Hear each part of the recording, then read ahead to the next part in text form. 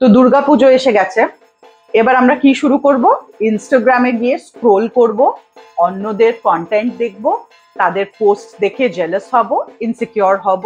কি দারুণ ছবিটা তুললো, ও অলরেডি শ্রীভূমি দেখে ফেললো, ও মা ও তো ওর নতুন জামাগুলো কি সুন্দর, আর ওর মেকআপটা কি ভালো হয়েছে, গরমে ওর মেকআপটা গলছেও না, wow what a beautiful Durga Puja this person is having.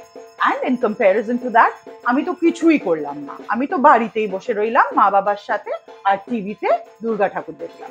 এটা কি পুজো হলো? Stop it.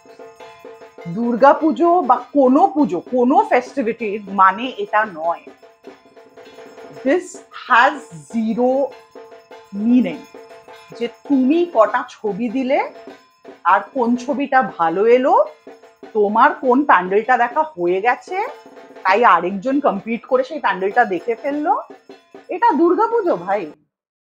দুর্গাপুজোয় you are suppose to be around people যাদেরকে তুমি মনে করো তারা ম্যাটার করে তোমার লাইফে, আর তুমি তাদের লাইফে ম্যাটার করো। You are suppose to be around people that make you happy, that give you জয়।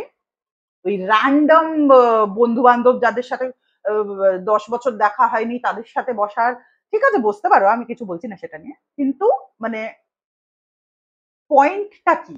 পয়েন্টটা হচ্ছে যে আমরা অন্য অন্য শহর থেকে বাড়ি ফিরি, বাড়ি ফিরে এসে একটা ফ্যামিলিয়ার একটা জোনে থাকা, বাইরে যাওয়া, ফুচকাচ খাওয়া, সেটা তুমি ফুচকা খেয়েও মজা করতে পারো। এটা নেসেসারি না যে তোমাকে একটা ওভার দ্য বাজেট দিয়ে একটা ফ্ল্যামবয়েন্ট পুজো নিয়ে তোমাকে একটা উচ্ছ্বাস দেখাতে হবে, এটার কোনো মানে হয় না। ঠিক আছে? এখানে কোনো কম্পিটিশন নেই, কোনো মা দুর্গা বসে তোমার স্কোর কার্ড লিখছে না যে তুমি কটা প্যান্ডেল গেলে, আর তুমি কটা হোল নাইট করলে, আর তুমি কটা নতুন জামা পরে একেবারে ম্যাডক্সে হেঁটে বেড়ালে। আলটিমেটলি এগুলোর কোনো ইম্পর্টেন্সই নেই। Ultimately moments that you will remember, আর বাড়িতে বসে ল্যাদ খেলে, মা বাবাও ছিল, হয়তো এক ঘরেও ছিল না, একটা রোল অর্ডার করে খেয়ে নিলে, একটা ওই শ্রীভূমির ওই প্যান্ডেলটাই টিভিতে বসে দেখে নিলে, বাবা নিউজ দেখলো, পাশে বসে তুমি রোল খেলে। It's a beautiful thing packaged in a very regular form, that's about it. এই দিনগুলো মনে থাকবে, শুধু এই টই টই করে ঘুরে বেড়ানোর দিনগুলোই মনে থাকবে, এরকম কোনো মানেই নেই। পুজোর সময় 10টা পাবে গেলে, 10টা কিংফিশার খেলে মনে থাকবে না, কারণ এতই করেছো ওটা তুমি লাইফে।